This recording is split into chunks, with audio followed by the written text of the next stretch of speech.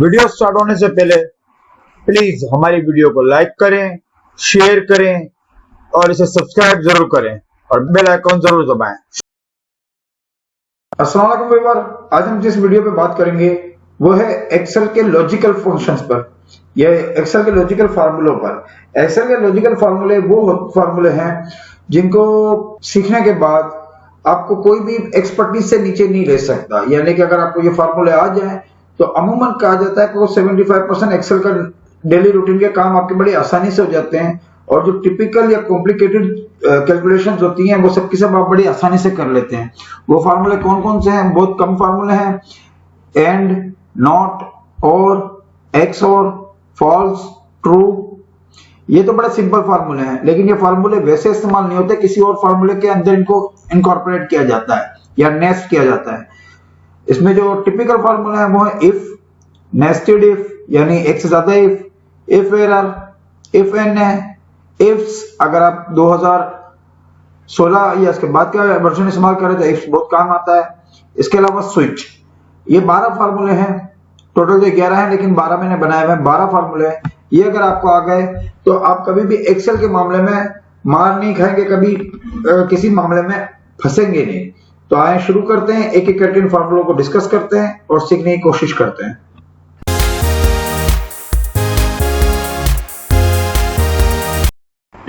Viewer, जब हम Excel के लॉजिकल फंक्शंस की बात करते हैं तो ये वो फंक्शन होते हैं जो एक्सेल के सबसे टिपिकल और ट्रिकी फंक्शन होते हैं। ये फंक्शन एक्चुअली हमें दूसरे सेल में मौजूद वैल्यूज को उनके एतबार से आगे हमें मजीद क्या करना है उसके साथ उसके जवाब क्या चाहिए उनके इस्तेमाल के लिए होते हैं। एक तरह से आप इसको समझ सकते हैं कि प्रोग्रामिंग फंक्शंस होते हैं जो प्रोग्रामर्स के लिए इस्तेमाल होते हैं, लेकिन हमने यहाँ पे एनालाइज करने के लिए इनको इस्तेमाल करना है और इनको एक एक करके सीखना है। यहाँ पे एक्सेल के फंक्शन में लॉजिकल जो फंक्शंस होते हैं ये आपके लॉजिक के इस्तेमाल होते हैं, यानी कि आपकी माइंड स्टॉर्मिंग हो रही होती है, इसमें आपने खुद सोचना होता है, आपने खुद क्रिएशन करनी होती है कि आपने इन फंक्शंस को किस तरह से यूटिलाइज करना है। हम एक एक करके उन फंक्शन पे बात कर लेते हैं। पहले आसान तरीन फंक्शंस पे जाते हैं और हमारा पहला फंक्शन है एंड। एंड का फंक्शन क्या करता है? एंड का फंक्शन एक्चुअली हमें किसी भी दो वैल्यूज को चेक करता है कि दोनों वैल्यूज अगर हमारी मैच कर रही हैं या दो सेल्स की कंडीशंस हमें मैच कर रही हैं तो उसका जवाब वो हमें यस में दे दे या ट्रू में दे दे, और अगर इसमें से एक भी गलत हो तो उसको फॉल्स कर दे। वो दो भी हो सकती है और दो से ज्यादा कई ज्यादा भी हो सकती हैं। हम 3 भी ले सकते हैं, 4 भी ले सकते हैं, 5 भी ले सकते हैं, मुख्तलिफ तादाद में हम वैल्यूज एंड में लगा सकते हैं। मैक्सिमम हम इसमें 30 वैल्यूज चेक कर सकते हैं या 30 कंडीशन लगा सकते हैं। तो हम स्टार्ट करते हैं कि यहाँ पे हम इसको किस तरह करें। मिसाल के तौर पे ये डेटा है जिसमें हमारे पास 30,000 लोगों की सीरीज है, उनकी सीरीज नंबर, नाम, उनके शनाख्ती कार्ड नंबर और उनके ऑक्यूपेशंस लिखे हुए हैं। तो हम एक तरह की एंड कंडीशन लगाते हैं कि हमें कुछ ऐसे लोग चाहिए जो फॉर्मर हो और साथ में वो 100 के 100 के अंदर हो, टॉप 100 में हो, तो उनको जो है वो यस कर दे, बाकी को वो फॉल्स कर दे। तो हम इसको इस तरह इस्तेमाल करेंगे। एंड हमारी पहली लॉजिक है कि हमारे ये सीरीज नंबर जो है वो लेस देन और इक्वल टू 100 हो। अच्छा जी, पहली कंडीशन अगर मीट करती है तो साथ में हमें दूसरी कंडीशन मीट करनी है कि यहाँ पे ये जो सेल है D4, यहाँ पे लिखा हुआ इन्वर्टेड कॉमा में हम लिखेंगे फॉर्मर, यानी कि हमें ऐसे लोग चाहिए जो टॉप 100 पर हों और वो फॉर्मर भी हों। तो ब्रैकेट क्लोज कर देते, मैं दो ही कंडीशन लगा रहा हूँ, ओके कर दूं। ये पहली कंडीशन मीट नहीं कर रही, अगर तो ये 100 से नीचे है लेकिन लेबर है इसलिए मीट नहीं कर रही, हम इसको नीचे ड्रैग कर देते हैं। ये ट्रू हो गया, ये ट्रू हो गया। अब जहां जहां फॉर्मर आ रहे हैं वो सारे ट्रू हो रहे हैं, ठीक है। अभी हम बिलो 100 हैं, लेकिन यहाँ पे अगर हम देखें ये विंडो आ गई तो ये फॉल्स हो गया, हालांकि ये 61 पर है, यानी कि ये कंडीशन मीट नहीं कर रही, ये ड्राइवर है इसलिए ये फॉल्स हो गया। फिर यहाँ से देखें ये लेबर आ गई तो लेबर भी फॉल्स हो रही है। यहाँ तक जो है पहली कंडीशन मीट नहीं कर रही, इसलिए सॉरी सेकंड कंडीशन मीट नहीं कर रही कि फार्मर नहीं है तो वो फॉल्स कर रहा है, और जो फार्मर है वो ट्रू कर रहा है। लेकिन अब जब 100 से नीचे जाएंगे, ये 100 से नीचे यानी 101 से जाएंगे, तो यहाँ अगर आपको फार्मर में मिल गया तो उसको वो फॉल्स ही करार देगा क्योंकि पहली कंडीशन मीट नहीं कर रही। हम इसमें चेक कर लेते हैं कि नीचे कोई फार्मर मौजूद है।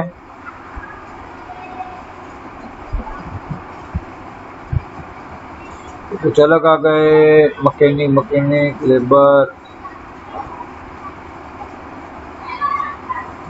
तो फाक से नीचे कोई फार्मर मौजूद भी नहीं है, या कोई एक आध हो नीचे तो अलग बात है। लेकिन ये इस तरीके से अगर दोनों में से कोई एक कंडीशन भी मीट नहीं करती तो इसको फॉल्स कर देगा, और अगर दोनों कंडीशन मीट करेंगी तो इनको वो ट्रू कर देगा।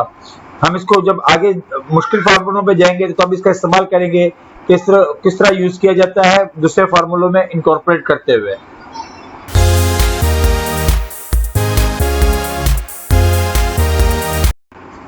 अब हम बात करेंगे फंक्शन और पर।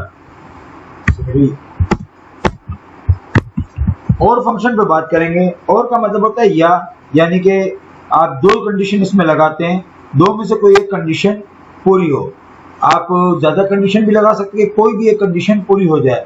मिसाल के तौर पे अभी हमने एंड को किया था कि एंड में हमें दो कंडीशन चाहिए थी कि या तो ये 100 से नीचे हो या और साथ में फार्मर भी हो, यानी कि वो 100 से नीचे भी हो और फार्मर भी हो तो उसको प्रूव कराए। अब हम लगाएंगे और को कि और या तो पहली लॉजिक उसी को लेते हैं कि वो लेस देन और इक्वल टू 100 हो, यानी कि 100 से कम या 100 के बराबर हो, या फिर दूसरी कंडीशन है कि हमारे यहां पर ये इक्वल हो लेबर के। ये दो कंडीशन मैंने लगाई है, या तो 100 से नीचे हो या लेबर हो, तो इसको ट्रू कर दे। तो यहाँ पे चूंकि ये दोनों कंडीशन मीट कर रही है इसलिए ट्रू कर रहा है, लेकिन यहाँ एक कंडीशन मीट कर रही है 100 से नीचे इसलिए इसको ट्रू कर रहा है। तो 100 तक तो यही हो गया कि 100 तक सारे के सारे ट्रू होंगे। नेक्स्ट हमारे जो फॉल्स शुरू होंगे वो शुरू हो रहे हैं 101 से, लेकिन चूंकि मैंने लेबर की स्पेलिंग LABOR लिखा था और यहाँ पे UR है, इसलिए हम यूं करते हैं कि 3 कंडीशन लगा देते हैं कि एक लेबर इसने ये लिखा है और दूसरा लेबर इसको कंट्रोल C करके मैं तीसरी कंडीशन लगा देता हूँ कंट्रोल V, और यहाँ पे U लगा देता हूँ कि LABOR हो या LABOUR हो, तीनों कंडीशन में ये इसको ट्रू करे, यानी 100 से कम हो तब भी ट्रू, 100 से ज्यादा हो लेकिन लेबर हो वो तब भी ट्रू हो, और अगर 100 से ज्यादा हो लेकिन LABOUR लेबर हो तब भी ट्रू हो। तो 100 से ऊपर जाते हैं। अब देखिए ये लेबर को वो ट्रू कर रहा है, लेकिन डिफरेंस कहाँ ला रहा है, वो फॉल्स किनको कर रहा है।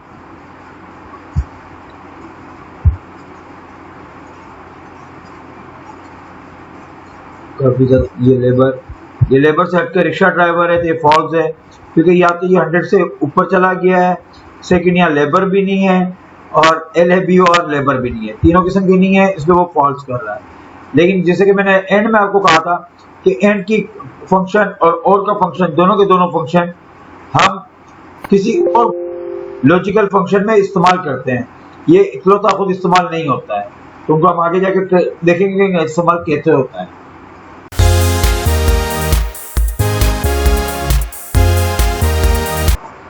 नेक्स्ट हमारा जो फंक्शन है वो है नॉट। नॉट फंक्शन किस तरह काम करता है? नॉट एक्चुअली रिवर्स ऑर्डर में काम करता है कि यूं समझ लें कि हमें ये जवाब नहीं चाहिए, ये जवाब अगर ना हो तो रिजल्ट लाए। यानी कि अगर यहाँ पे मैं यूं कह दूं कि यहाँ पे जो फॉर्मर ना हो उनको वो प्रूव कर दे, यानी कि फॉर्मर को मैं बाहर करना चाह रहा हूं, तो मैं एक बड़े आसानी से कर लूंगा। देयर इज नॉट, लॉजिक मेरी ये है कि इस सेल में वो इक्वल हो फॉर्मर के, ब्रैकेट क्लोज कर दूंगा। जो फॉर्मर नहीं होंगे उन सबको वो ट्रू कर देगा, यानी ये रिवर्स ऑर्डर में करेगा। जहां मेरा जवाब मिल रहा होगा वहां वो फॉल्स कर देगा। ये देखिए फॉर्मर जहां पर भी आ रहा होगा वो फॉल्स होगा, बाकी सबको ट्रू कर देगा। यानी एक तरह से हमने फॉर्मर को एक्सट्रैक्ट कर दिया है और ट्रू जितनी भी वैल्यूज आ रही होंगी वो लोग होंगे जो फॉर्मर्स नहीं है। ये वीडियो है, फॉर्मर नहीं है। ये लेबर है, लेबर को भी फॉर्मर नहीं है। तो जो फॉर्मर नहीं होंगे उन सबको वो ट्रू कर देगा। और इसका इस्तेमाल हम करते हैं मुख्तलिफ किस्म के फार्मूलों में कि जहां हमें रिवर्स ऑर्डर में चाहिए होता है कि कोई वैल्यू होती है कि इसके अलावा बाकी वैल्यू को वो ट्रू कर दे या बाकी वैल्यू का हमें जवाब सही तरीके से दे। तो इसके लिए हम नोट का इस्तेमाल करते हैं। कम इस्तेमाल होता है लेकिन बाज़ वक़्त बहुत जरूरी इस्तेमाल हो जाता है इसका।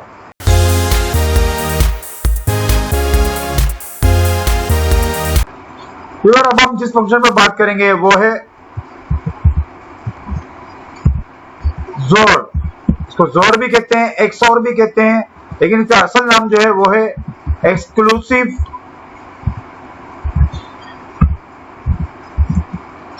और। इसको असल नाम इसका एक्सक्लूसिव और होता है, यानी कि एक्सक्लूसिवली और को अलग करता है। जैसे आप पहले हम जब एक फॉर्मूले में बात कर रहे थे उसका नाम था और, ये तकरीबन उसी तरह ही काम करता है लेकिन एक माइनर से फर्क के साथ। और में ये होता है कि जब हम अगर मुख्तलिफ लॉजिक्स लगाते हैं या मुख्तलिफ कंडीशन लगाते हैं तो चाहे वो एक कंडीशन मीट कर जाए, दो कर जाए, तीन कर जाए या सारी मीट कर जाए, वो जवाब ट्रू देता है। लेकिन ये एक्सक्लूसिव और या जोर इस तरह नहीं करता। उसमें क्या करता है कि थोड़ा सा टिपिकल अंदाज में ये चलता है कि अगर हमें एक से ज्यादा कंडीशन हमने लगाई है, जैसे 2, 4, 6, 8, 10, 11, 12, 255 तक कंडीशन होती है। आपने जितनी भी कंडीशन लगाई है, या तो ओड नंबर में वो कंडीशन, ओड नंबर की कंडीशन मीट कर रही हो, यानी कि इवन नंबर ना हो, या तो एक कंडीशन मीट कर जाए या 3 कर जाए या 5 कर जाए, 7 कर जाए, 9 कर जाए, 11 कर जाए, या फिर अगर वो ओड में ना हो तो मेजॉरिटी जो है वो मीट कर रही हो। जैसे अगर 2 कंडीशन मीट कर रही हैं तो 3 में से 2 मीट होनी चाहिए, 4 मीट कर रही हैं तो 5 में से 4 मीट करनी चाहिए। यानी कि अगर मेजॉरिटी ट्रू है तो जवाब ट्रू में आएगा, या मेजॉरिटी कंडीशन आपकी मिल रही होंगी तो आपको जवाब ट्रू में देगा वो, या फिर आपकी ओड में कंडीशन मीट कर रही हो माइनॉरिटी में लेकिन ओड हो, तब ये जवाब आपका ट्रू में देगा। मिसाल के तौर पे यहां पे मैं जोर का इस्तेमाल करता हूं, या पहले आपको एक और की कंडीशन दिखा देता हूं कि ये और में हमारे पास देखिए 2 कंडीशन है कि 100 से नीचे हो या फिर लेबर हो। दोनों में से कोई भी कंडीशन मिल जाए तो ट्रू होगा, लेकिन यहाँ पे दोनों कंडीशन मिल गई तब भी वो ट्रू हो गया। लेकिन यहाँ पे ये होता है कि आपका ओड नंबर में मीट करना चाहिए या फिर मेजॉरिटी मीट करनी चाहिए। तो मैं एक 3 कंडीशन वाला फॉर्मूला बनाता हूं, जोर, और पहली कंडीशन देता हूं उसी तरह कि ये जो है वो लेस देन या इक्वल टू 100 हो। दूसरी कंडीशन में लगाता हूं कि ये जो है इक्वल हो लेबर के।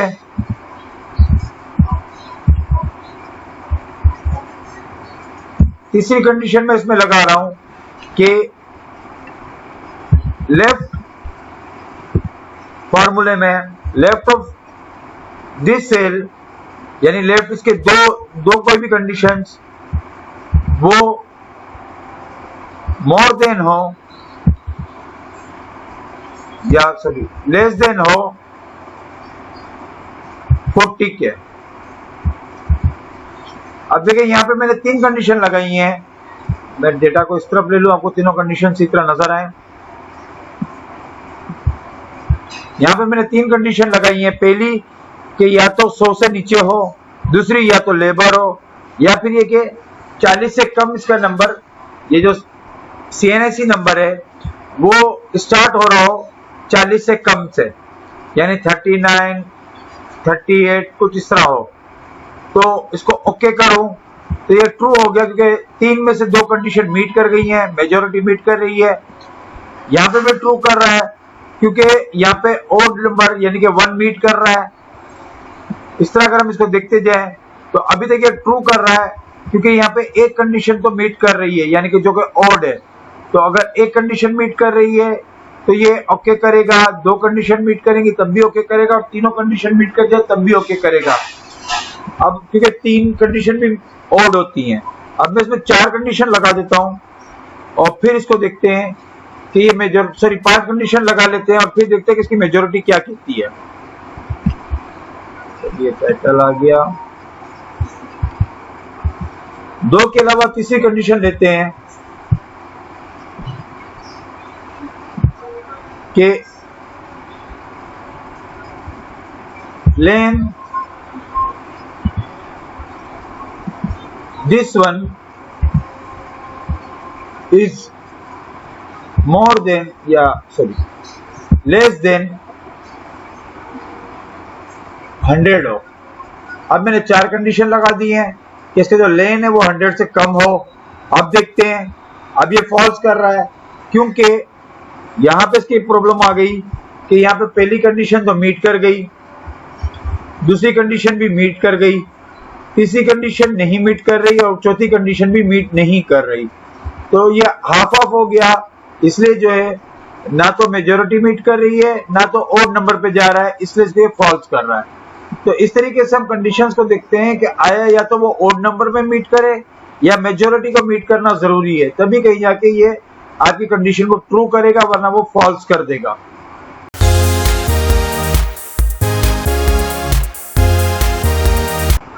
तो व्यूअर अब हम बात करेंगे एक और फार्मूले की जिसका नाम है फॉल्स। एक्चुअली ये फॉल्स कोई फार्मूला नहीं होता, बल्कि दूसरे फार्मूलों में एक जीरो वैल्यू लेने के लिए या नेगेटिव के लिए इस्तेमाल करते हैं हम। मिसाल के तौर पे हाँ किसी हमारे क्वेश्चन का या किसी कैलकुलेशन का जवाब हमें फॉल्स में मिल सकता है। मसलन मैं अगर ये कहूं कि 10 इज ग्रेटर देन और इक्वल टू 20, तो ये मुझे फॉल्स कर देगा, यानी ये जवाब में हमें फॉल्स मिल सकता है। हम इसको मतलब फॉल्स इस्तेमाल नहीं करते, लेकिन ये कि किसी इफ वगैरह किसी फार्मूले के अंदर इस फार्मूले को इस्तेमाल किया जाता है टू रिप्रेजेंट जीरो या एग्जैक्ट वैल्यू के लिए, इसके लिए इस्तेमाल करते हैं, बाकी इसका इस्तेमाल नहीं होता। बाकी हम इसकी एक जवाब गलत जवाब निकालने के लिए हम इसको इस्तेमाल करते हैं। तो जब हम इसको एक में इस्तेमाल करेंगे या दूसरे फार्मूले में इस्तेमाल करेंगे तब इसको अंडरस्टैंड करेंगे कि क्या होता है, वरना ये यूजुअली या बिल्कुल सिंपली ये आपको ब्रैकेट ओपन और ब्रैकेट क्लोज करके इस्तेमाल करते हो, जवाब आपका फॉल्स ही आता है। फॉल्स का मतलब जीरो होता है या एग्जैक्ट वैल्यू होती है या आपका जवाब गलत होता है। इसके लिए ये इस्तेमाल होता है कि हम अपना जवाब गलत कर रहे हैं।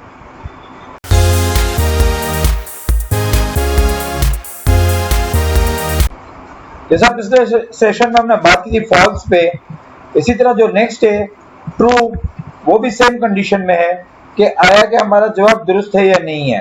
ट्रू का फॉर्मूला वैसे किसी काम आता नहीं है, बल्कि सिर्फ ये है कि किसी और फॉर्मूले में इसको इस्तेमाल किया जाता है फॉर वैल्यू 1 के लिए या ट्रू आंसर के लिए। इन दो चीजों के लिए इसका इस्तेमाल होता है, वैसे इसका किसी कोई इस्तेमाल नहीं होता।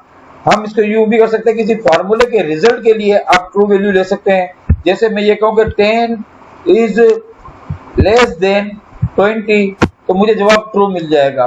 तो ये फॉल्स और ट्रू दो ऐसे फार्मूले हैं जो किसी और फार्मूले में हमें इस्तेमाल करने के लिए काम आते हैं, ना कि हम इसको अलग से एक इंडिविजुअल फार्मूले के तौर पे इस्तेमाल करें। तो इनको समझाने का मकसद सिर्फ ये है कि आगे जब हम इफ या दूसरे फार्मूले करेंगे तो फॉल्स और ट्रू क्या होते हैं, उनका इस्तेमाल हम कैसे करेंगे ये समझ लें। फॉल्स का मतलब ये होता है कि आपकी वैल्यूज गलत हो रही हैं, ट्रू का मतलब ये है कि आपके जवाब दुरुस्त हो रहे हैं।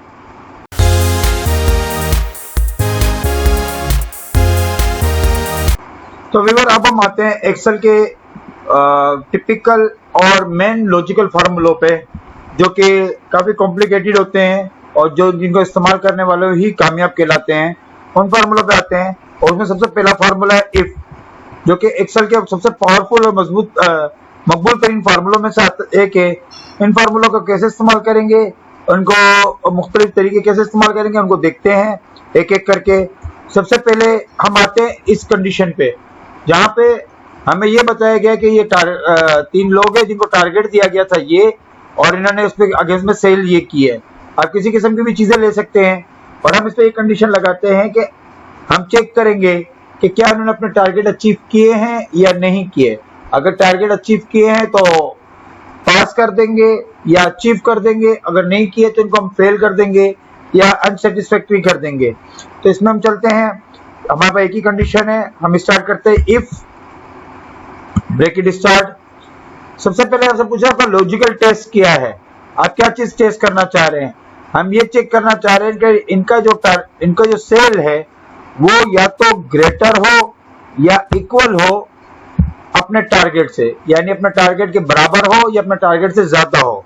अगर ये चीज अचीव हो जाए, ये कह रहा है अगर वैल्यू ट्रू हो जाए तो हम कहेंगे इसको पास, और अगर ये अचीव ना हो तो हम कहेंगे फेल, कि इसको अचीव नहीं किया गया। ब्रैकेट क्लोज कर दें, फेल हो गया पहला, क्योंकि 1000 की सेल थी, 5000 का टारगेट था। और दूसरे पे जाके देखें, सॉरी इसी को नीचे में कॉपी करूं तो दूसरा जो है 6000 की सेल की जगह 5000 टारगेट था, पास हुआ है। तीसरे की 4000 टारगेट था लेकिन 2000 सेल्स की है, इसलिए ये फेल हुआ है। तो इफ जो है हमें बताता है कि हमारे कौन सी लॉजिक, हमारी कौन सी कंडीशन ट्रू गई है और कौन सी कंडीशन फॉल्स गई है। अब इसको दूसरे तरीके से देखते हैं, थोड़ा सा कॉम्प्लिकेट करते हैं। यहाँ पे 2 कंडीशन है कि आया किसी शख्स को या किसी चीज पे हमने स्पेशल ऑफर दी है या डिस्काउंट दिया है नहीं दिया, और ऑर्डर वैल्यू उसका क्या है। अगर स्पेशल, हम यहाँ पे यूं मिसाल ले लेते हैं कि अगर स्पेशल ऑफर यस हो और उसने 2000 या 2000 से ज्यादा की सेल की हो, तो इस कंडीशन में हम इसको 5% डिस्काउंट देंगे। तो इसको देखते हैं, इफ चूंकि 2 कंडीशन है हमें मिलानी है तो हम इस्तेमाल करेंगे एंड का इस्तेमाल करेंगे इसमें। एंड यानी दोनों कंडीशन मिलनी चाहिए। पहली कंडीशन हमारी होगी ये जो है वो बराबर हो यस के, यानी यहाँ पे यस लिखा हुआ हो। और दूसरी कंडीशन है कि हमारा जो ऑर्डर वैल्यू है वो मोर देन या इक्वल हो 2000 के। अगर ये दोनों कंडीशन मीट कर रही हो तो फिर क्या करना है, तो हमें वैल्यू लेनी है जो हमें जवाब पास होने पे मिले। तो हम कहेंगे, हम ये करेंगे कि हम टोटल ऑर्डर वैल्यू का मल्टीप्लाई बाय 5% डिस्काउंट दे देंगे, ठीक है। और अगर ये मीट नहीं करता तो सिर्फ 0 देंगे, यानी कोई डिस्काउंट नहीं देंगे। अब चेक करते हैं, इसको 5% डिस्काउंट मिल गया 100 रुपीज। सेकंड पे जाते हैं, इसको कोई डिस्काउंट नहीं मिला क्योंकि यहाँ पे स्पेशल ऑफर नो है, यस नहीं है। तीसरे पे है तो यहाँ पे यस तो है लेकिन ऑर्डर वैल्यू 2000 से कम है, इसलिए कोई डिस्काउंट नहीं मिला। यहाँ पे यस है और यहाँ 2000 से ऊपर 3000 है, इसलिए इसको भी इसने डिस्काउंट दिया है। तो हम ये मालूम कर सकते हैं कि नेट वैल्यू क्या होगी, ऑर्डर वैल्यू माइनस डिस्काउंट, तो ये हमारे पास नेट वैल्यू आ जाएगी।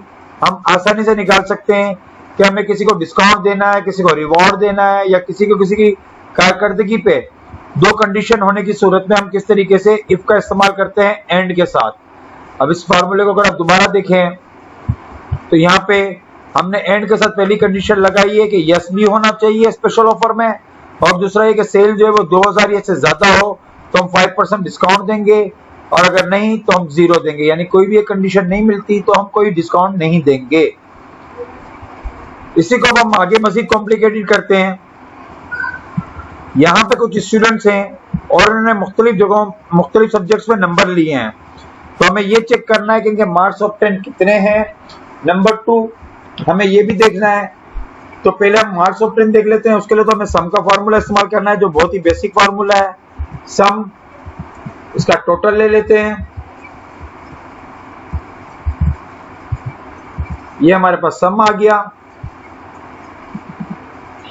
और ये हमारे पास सबके टोटल नंबर्स आ गए। अब हमने दूसरी चीज देखनी है कि हमारे ये टोटल स्कोर है कितने, 1 2 3 4 5 6 7 सब्जेक्ट है, और अगर हमारा हर सब्जेक्ट के 100 मार्क्स दें तो 700 मार्क्स होते हैं, तो परसेंटेज जो बनेगी this one divide by 100, sorry already percentage पे लगी हुई है,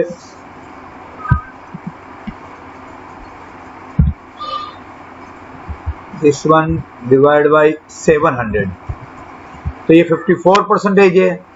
और इसी को हम नीचे ड्रैग करें तो हमें मुख्तलिफ परसेंटेज आ रही है इनकी। अब हमें इनके ग्रेड निकालने हैं, लेकिन ग्रेड निकालने के लिए हमें 2 कंडीशन लगानी है।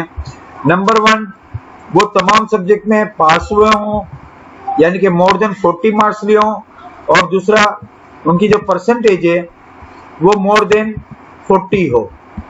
ऐसा ना हो कि परसेंटेज 40 से कम हो या किसी सब्जेक्ट में उन्होंने 40 नंबर से कम मार्क्स लिए हों। जैसे यहाँ पे आप देखें तो पहला जो ए है, इसके साथ प्रॉब्लम ये है कि इसने नंबर्स तो 54 परसेंटेज हासिल किए, लेकिन सोशल स्टडीज में इसने 4 मार्क्स लिए, यानी कि फेलिंग मार्क्स लिए हैं। आर्ट्स में इसने 29 लिए हैं, ये फेलिंग मार्क्स लिए हैं। तो हम पहले चेक करेंगे ये पास हुए या नहीं हुए। तो हम इसमें लगाएंगे इफ एंड पहला सब्जेक्ट जिसे हम कहेंगे मोर देन या इक्वल टू 40, फिर दूसरे सब्जेक्ट पे जाएंगे इंग्लिश पे, वो भी मोर देन या इक्वल टू 40 होना चाहिए। इसी तरह एक एक करके हम तमाम सब्जेक्ट पे लगाएंगे। इस्लामियात मोर देन और इक्वल टू 40, फिर इसके बाद Urdu more than equal to 40, इसके बाद arts more than equal to 40, फिर इसके बाद science more than equal to 40, और इसके बाद आखिरी subject social studies more than या इक्वल टू 40। अगर ये सारे कंडीशंस मीट करती हों, यानी सब में इसने 40 से अबव मार्क्स लिया हो, मैं आपको फार्मूले की तरफ ले जाऊं, अगर तमाम कंडीशन ये मीट करता हो तो इसके वो पास करार दे, वरना फिर वो उसको फेल डिक्लेयर कर दे। तो ये पहला स्टूडेंट हमारा फेल हुआ है क्योंकि इसने सोशल स्टडीज में 4 मार्क्स लिए हैं, आर्ट्स में इसने 29 लिए हैं, इसलिए ये फेल है। इसी तरह आप इसमें देखेंगे तो इसमें ये सारे के सारे फेल ही हुए हैं।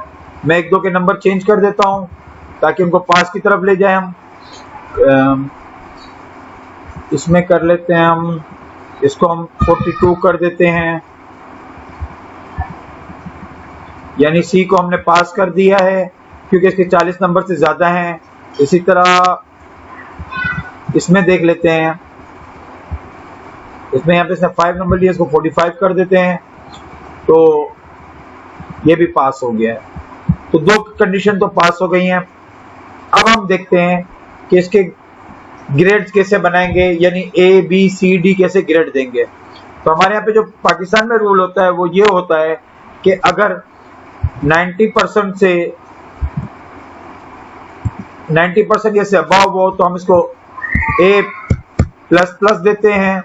अगर 80% या इससे अबव हो तो हम इसको ए प्लस देते हैं। अगर 70% हो तो हम इसको ए देते हैं। 60 पर हम इसको बी देते हैं। 50 पर सी डिक्लेयर करते हैं। 40 पर डी डिक्लेयर करते हैं, और इससे नीचे यानी कि बिलो 40 हो तो हम इसको फेल डिक्लेयर करते हैं।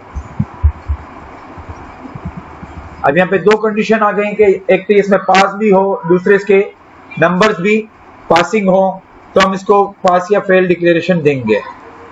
तो अब इसको इस्तेमाल करते हैं। हमारी पहली कंडीशन है number 1, if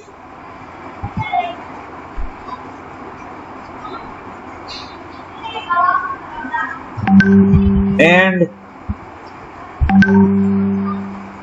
this one is more than or equal to 90%,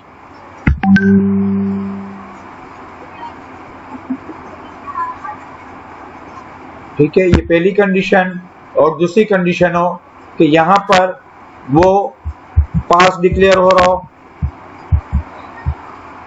ये दोनों कंडीशन मीट करे तो हम इसको ए प्लस प्लस देंगे। अगर ये कंडीशन मीट ना करे तो हम दूसरे पे जाएंगे, if this one is more than और इक्वल टू 80%, सॉरी मैं एंड लगाना भूल गया पास की, and this one more than और इक्वल टू 80%, और साथ में यहां पे उसे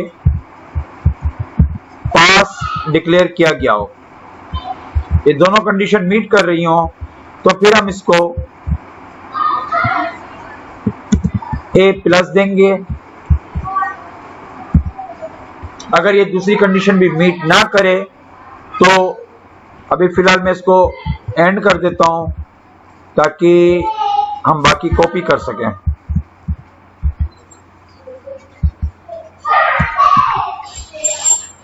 अब इसको मजीद हम कॉपी करेंगे क्योंकि इतना कुछ लिखने से बेहतर है कि इसको हम कॉपी कर लें, इस कंडीशन को। ये इफ को मैंने कॉपी कर लिया,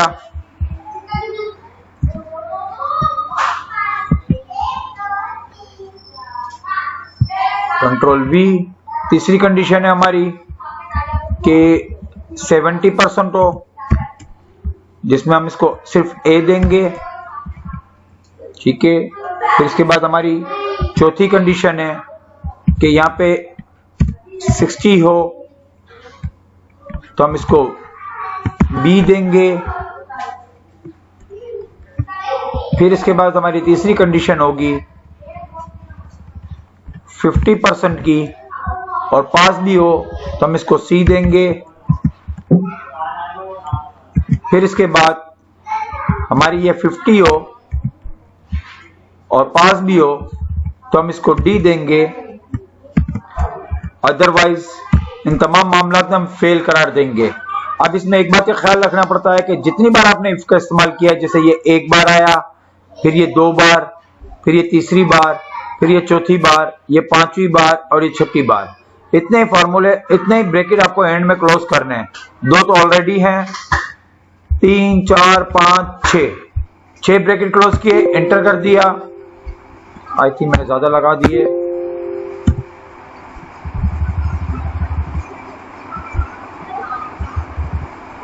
एक 2, यहां पे डबल कोमा लगा है। तो अब इसने देखें बाकायदा डिक्लेयर कर दिया कि फेल है, इनको कोई ग्रेड नहीं मिलना चाहिए, इसको बी मिलना चाहिए क्योंकि इसके 67 है और पास भी है, और इसको ए मिलना चाहिए क्योंकि पास भी है और इसके 74 मार्क्स हैं। बाकी तमाम के तमाम चूंकि फेल हुए हैं इसलिए उनको फेल डिक्लेयर किया है। तो हम ये इस तरह नेस्टेड इफ का भी इस्तेमाल करते हैं, और नेस्टेड इफ इस्तेमाल करते वक्त एक बात का ख्याल रखिएगा कि इफ जो होते हैं वो 2013 तक हम 7 बार इस्तेमाल कर सकते हैं, नेस्ट कर सकते हैं, और अगर 2016 है तो हम इसको 64 टाइम्स इस्तेमाल कर सकते हैं। तो 2007 तक हम 7 बार इस्तेमाल कर, 2013 तक हम 7 बार और 2016 में 64 बार हम इफ को नेस्ट कर सकते हैं, जैसे मैंने यहाँ पे 6 बार नेस्ट किया है। तो ये होता है इफ का इस्तेमाल मुख्तलिफ कंडीशन में, मुख्तलिफ रूल्स में, सिंपल से लेके इसको टिपिकल अंदाज में मैंने आपको सारे बताए हैं।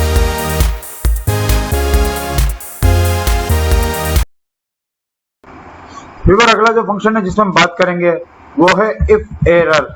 ये फंक्शन 2007 में इंट्रोड्यूस हुआ था, और इस फंक्शन का काम ये होता है कि जब हम कोई फार्मूला अप्लाई करते हैं और उस फार्मूले का जवाब गलत आ रहा होता है, या इस फार्मूले में जवाब हमें रॉन्ग मिल रहा होता है या एरर में मिल रहा होता है, उसके बदले में फिर वो क्या करे। तो इस तरीके से इसे इस्तेमाल किया जाता है, यानी कि अगर कंडीशन गलत हो रही हो तो इसका इस्तेमाल होता है कि कंडीशन गलत होने की सूरत में हम और कौन सा फार्मूला या कौन सा टेक्स्ट इस्तेमाल करें, उसको इस्तेमाल करके देखते हैं किस तरह काम करता है। ये देखें, ये मुख्तलिफ लोगों के नाम हैं और उन्होंने ये मार्क्स ऑब्टेन किए हैं। अब इसमें देखिए ये A B C D E F G है और यहाँ पे ए और एच है। अब मैं वी लुकअप इस्तेमाल करके इनके ऑप्टेन मार्क्स हासिल करता हूँ। ठीक है, ऑप्टेन मार्क्स क्या है? वी लुकअप में सबसे पहले हमसे पूछता है कि हमें लुक क्या करना है, तो हमें ये यहाँ पे नाम लिखा हुआ उसको ढूंढना है और ढूंढना है हमें इस टेबल में। इस टेबल को मैंने सेलेक्ट करके इसको फिक्स कर दिया F4 के जरिए। और सेकंड कॉलम मुझे चाहिए कि फर्स्ट कॉलम में नाम है, सेकंड कॉलम चाहिए और फॉल्स में लेना है मुझे, यानी कि एग्जैक्ट यही वैल्यू लेनी है, ट्रू वैल्यू नहीं चाहिए। ट्रू वैल्यू का मतलब होता है इससे मिलती जुलती वैल्यू, लेकिन मुझे बिल्कुल एग्जैक्ट वैल्यू चाहिए। तो ये देखिए इसमें एरर आ रहा है, एक मिनट पहले में एरर नहीं आना चाहिए था। A2 से V4 लेट मी चेक। तो ये यहाँ पे मुझे वैल्यू दे रहा है 376। अब इसी को मैं नीचे कॉपी करता हूँ तो यहाँ पे ये एरर दे रहा है क्योंकि इस लिस्ट में H मौजूद नहीं है। जब H मौजूद नहीं है तो यहाँ पे एरर दे रहा है। तो हम ऐसा क्या करें कि हमें एरर में भी हमें कोई ना कोई जवाब मिल जाए। तो हम इसको थोड़ा सा चेंज करते हैं फार्मूले को, क्योंकि फार्मूला तब्दील करते हैं और यहाँ पहले लिख देते हैं इफ एरर। इफ एरर के अंदर हम कोई फार्मूला इस्तेमाल करते हैं, वी लुकअप जो मैंने अभी इस्तेमाल किया है वही x से वैल्यू लेते हैं और इसको सर्च करते हैं, यहाँ पे इसको फिक्स कर देते हैं। फिर इसके बाद हमें कॉलम इंडेक्स नंबर 2 चाहिए और फिर इसके बाद हमें फॉल्स वैल्यू चाहिए और ब्रैकेट क्लोज कर देते हैं। तो ये वी लुकअप तो कंप्लीट हो गया, लेकिन अब ये पूछ रहा है कि अगर आपको इसका जवाब ना मिले या एरर आए तो क्या करें। तो एरर आने की सूरत में मैं इन्वर्टेड कॉमा में लिख देता हूं कि इट शुड बी एब्सेंट, यानी कि इनको एब्सेंट डिक्लेयर करें।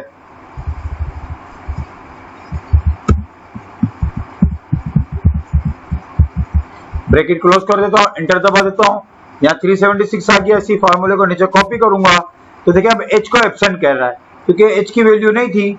तो अब वो दूसरी कंडीशन में जा रहा है कि अगर एरर आएगा यानी कि कंडीशन नहीं होगी तो उसको एब्सेंट डिक्लेयर कर दे और हमारा जवाब एक्यूरेट हो जाए। ये तो हमने इफ एरर का एक आसान से इस्तेमाल किया है।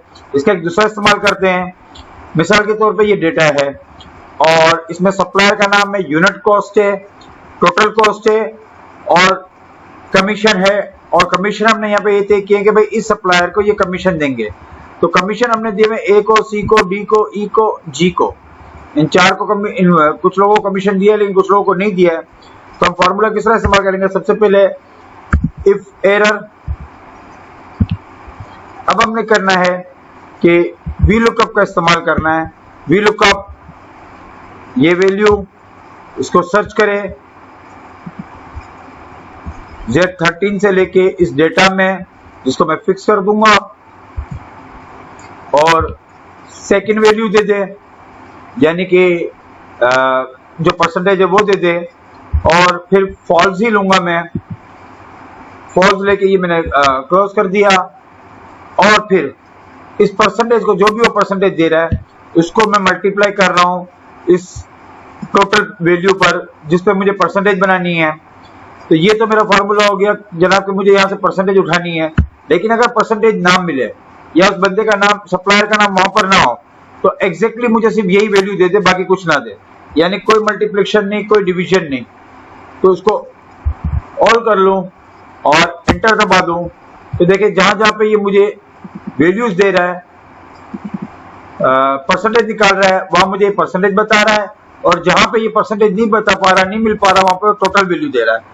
मैं इसको मजीद इसको बेहतर कर लेता हूं कि इसको यूं कर लेता हूं कि W13 माइनस वी लुकअप और जो भी है, और उसके बाद इसको यहां से ब्रैकेट ओपन करके ब्रैकेट क्लोज कर लेता हूं कि परसेंटेज को, जो डिस्काउंट है परसेंटेज का, वो माइनस करके टोटल वैल्यू दे, वरना एग्जैक्ट वैल्यू दे। तो यहाँ पे देखें, यहाँ पे इसका नाम मौजूद था ए का, तो इसने 2956 कर दिया इस वैल्यू को। बी नहीं है तो इसने टोटल वैल्यू ले ली। सी मौजूद है तो सी को 4% इसने माइनस कर दिया। डी भी मौजूद है, इसका भी 4% माइनस कर दिया। ई में 6% माइनस कर दिया। एफ मौजूद नहीं है तो टोटल वैल्यू ले ली। और इसी तरह जी में इसने 5% का डिस्काउंट दे दिया। तो इस तरीके से हम अपने कैलकुलेशंस को चेक करते हैं, थोड़ी कॉम्प्लिकेशंस करके।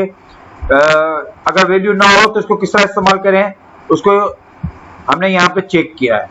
तो इस तरीके से हम इफ एरर का इस्तेमाल करते हैं कि अगर हमें अपना जवाब ना मिल रहा हो तो हम अपनी मर्जी से जवाब को सेलेक्ट करते हैं।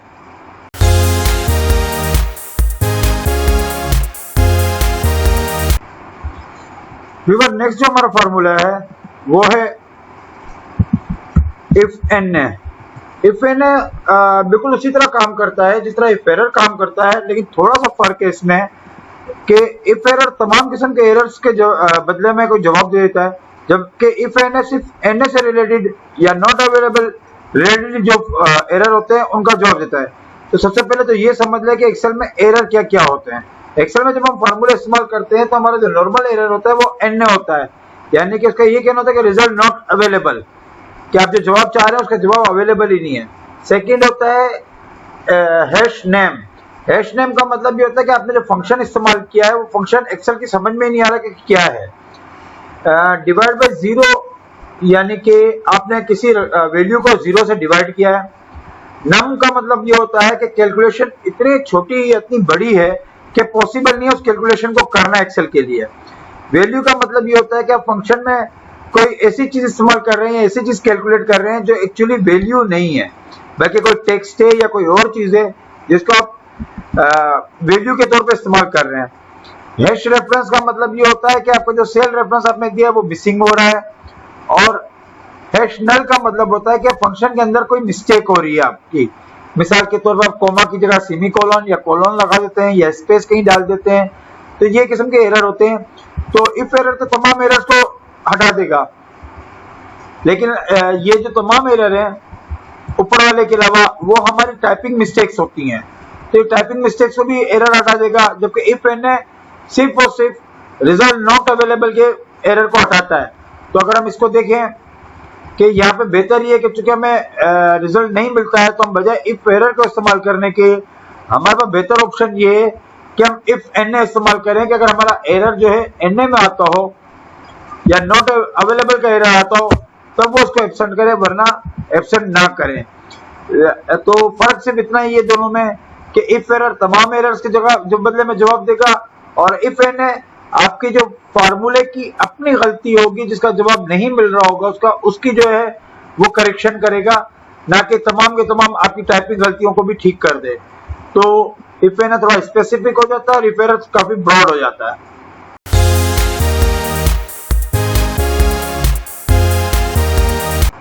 व्यूअर, नेक्स्ट हमारा फार्मूला है वो है इफ्स।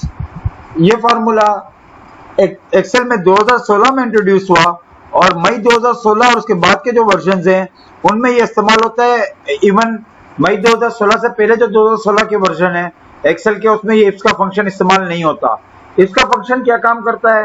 एक्चुअली जब हम नेस्टेड इफ इस्तेमाल करते हैं, जो हमने इफ के फंक्शन में इस्तेमाल किया था और इतना बड़ा फार्मूला बनाया था जो बड़ा कॉम्प्लिकेटेड था, उसकी जगह इन्होंने एक सिंपल सा इफ्स दे दिया है कि आप एक बार इफ्स लिखें फिर अपने कंडीशंस मुख्तलिफ लगाते चले जाएं। उनको इस्तेमाल करके देखते हैं।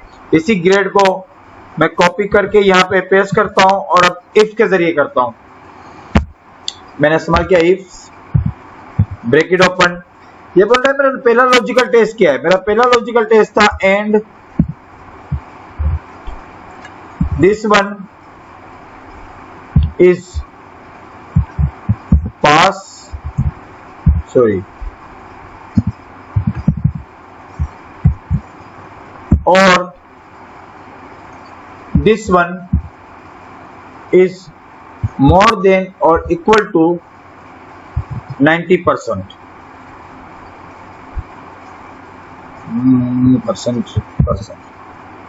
तो ये दोनों कंडीशन मैंने लगाई। तो फर्स्ट लॉजिक के बाद अब हमसे पूछेगा कि आपका पहले एंड को बंद कर दूं, ठीक है। जब पहला लॉजिकल टेस्ट हो गया तो ये पूछेगा कि अगर आपका पहला लॉजिकल टेस्ट सही हो तो आपका जवाब क्या हो।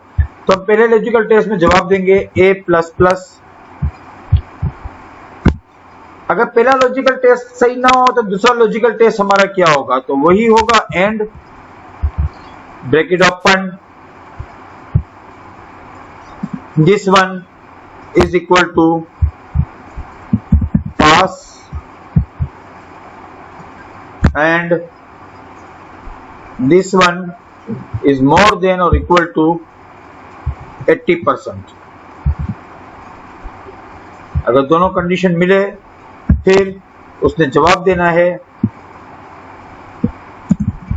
A plus. इसी तरह मैं मजीद कंडीशन लगाता चला जाऊंगा, लॉजिकल 3 A पे, फिर B पे, फिर C पे, फिर D पे, जैसे हमने इफ में इस्तेमाल किया था। तो इस तरह लॉजिकल लगाते रहेंगे। जब हमारे लॉजिक के सारे खत्म हो जाएंगे हम इसके बाद लिखेंगे ट्रू, यानी कि सारे लॉजिक खत्म होने के बाद ट्रू के बाद हम तमाम रिजल्ट अगर ना मिले तो हम करेंगे फेल, यानी कि अगर तमाम लॉजिक वो छोड़ दे तो हम फेल लिख देंगे और एंटर दबा दें। यहाँ पे उसने फेल कर दिया, ठीक है, और नीचे चले जाएं।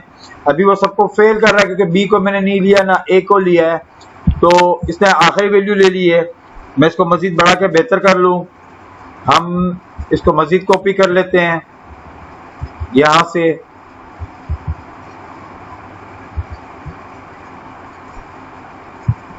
कंट्रोल सी, दो आ गए एंड पास, और ये 70 हो गया। 70 में हमने इसको ए कर दिया, ठीक है।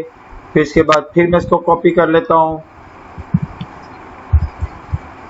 पास के बाद ये 60 पे आ जाए, 60 पे इसको ये बी कर दे,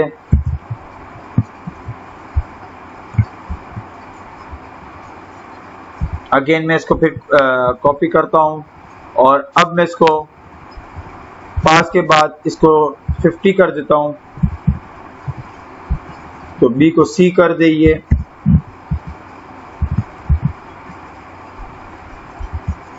और फिर आखिरी कंडीशन ले आता हूं जो कि 40 पर है, तो उसको वो डी कर दे। तो इसको बार बार मुझे इफ लिखने की जरूरत नहीं पड़ती, और इस तरीके से दूसरा फायदा ये होता है कि मैं इफ्स के जरिए 256 टाइम्स कंडीशन इस्तेमाल कर सकता हूं, यानी कि मैं इसमें लॉजिक से 256 बार दे सकता हूं। अगर मैं लेटेस्ट एक्सेल चलाऊं तभी मैं इफ में 64 टाइम्स इस्तेमाल कर सकता हूं, और 2016 से पहले की है तो मैं सिर्फ 7 इस्तेमाल कर सकता हूं। तो यहाँ पे मुझे 256 कंडीशन का मौका मिलता है इफ के इस्तेमाल करने का, और बामुकाबला दूसरे इफ के जहाँ पे मुझे 7 बार नेस्ट करना पड़ रहा था, उसमें 7 फार्मूले डाले थे, यहाँ एक ही फार्मूला है, जिसकी वजह से मेरे टाइम कैलकुलेशन भी बचती है। तो ये इफ का फार्मूला होता है, ये 2016 और इसके बाद के फंक्शन वर्जन में इस्तेमाल होता है। इसको नीचे कॉपी कर लेते हैं, यहाँ बी आ गया, यहाँ ए आ गया, तो ये है इफ्स का इस्तेमाल।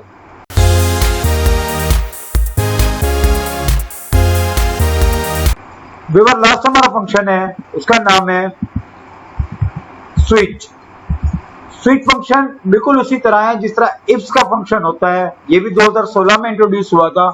अब स्विच और इफ दोनों एक जैसे ही काम करते हैं। जैसे मिसाल के तौर पे मैं यहाँ पे स्विच का इस्तेमाल करता हूँ। स्विच सबसे पहले पूछेगा आपका एक्सप्रेशन क्या है या आपका सेल्स रेफरेंस क्या है। मैं कह रहा हूँ ये सेल्स रेफरेंस है। अब मैं इसको कह रहा हूँ अगर 1 हो तो उसकी जगह वो लिख दे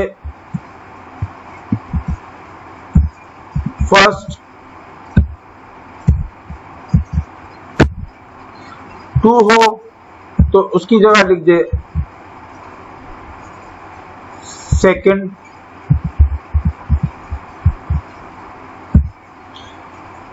3 हो तो उसकी जगह वो लिख दे थर्ड,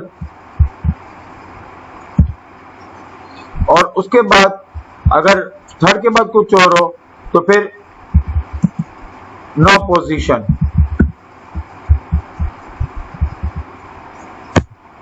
यहां पे देखे 3 को इसने थर्ड कह दिया, 7 को इसने नो पोजीशन, फर्स्ट को फर्स्ट, 5th को नो पोजीशन, 4th को नो पोजीशन, 2 को सेकंड पोजीशन और 6 को नो पोजीशन। अब रह जाती है बात ये कि जनाब हमने इसका मुकाबला अगर हम इफ से करें तो दोनों में एक खूबी और एक खामी है। इसमें यह है कि इसको हर बार हमें सेल्स रेफरेंस लेना पड़ता है, जबकि स्विच में हमें सेल्स रेफरेंस नहीं लेना पड़ता।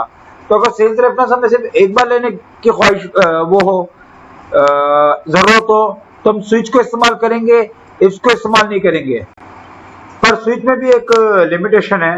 वो लिमिटेशन ये है कि जब हम यहाँ पे वैल्यूज ले रहे होते हैं तो हमने यहाँ पे वैल्यूज बिल्कुल परफेक्टली है 1 2 3 4 5 6 यानी बिल्कुल एग्जैक्ट वैल्यू हमें चाहिए होती हैं जो इक्वल हो। जबकि इफ्स में हम ग्रेटर देन भी इस्तेमाल करते हैं, लेस देन भी इस्तेमाल करते हैं, इक्वल भी इस्तेमाल करते हैं, प्लस भी इस्तेमाल करते हैं, माइनस भी इस्तेमाल करते हैं। यानी कि अगर हमारे पास एग्जैक्ट वैल्यू ना हो या हमें कॉम्प्लिकेटेड वैल्यूज हो तो हम इफ्स का इस्तेमाल करेंगे। लेकिन अगर सिंपल हमारे पास वैल्यूज हो जैसे 1 2 3 4 5 6 हैं या एग्जैक्ट हमें नंबर्स पता हो तो हम स्विच का इस्तेमाल करेंगे। एक स्विच हमें थोड़ा सा लिमिटेड करता है और इफ्स हमें थोड़ा सा कॉम्प्लिकेटेड करता है। दोनों में खूबी और खामी है, दोनों को लेके ही चलना पड़ता है। तो हम अपनी कंडीशन के हिसाब से देखते हैं कि हमारे पास ज्यादा बेहतर कौन सा फॉर्मूला काम करेगा। तो व्यूअर ये हैं सारे लॉजिकल फॉर्मूले। आई होप कि आपको समझ में आया हो और आपने इसमें सीखा हो और उसको प्रैक्टिस करते रहें आप, क्योंकि इन फॉर्मूलों के जरिए ही आप अपने आप को एक्सपर्ट डिक्लेयर कर सकते हैं। प्लीज हमारी वीडियो को लाइक करें, शेयर करें और इसे सब्सक्राइब जरूर करें और बेल आइकॉन जरूर दबाएं। शुक्रिया।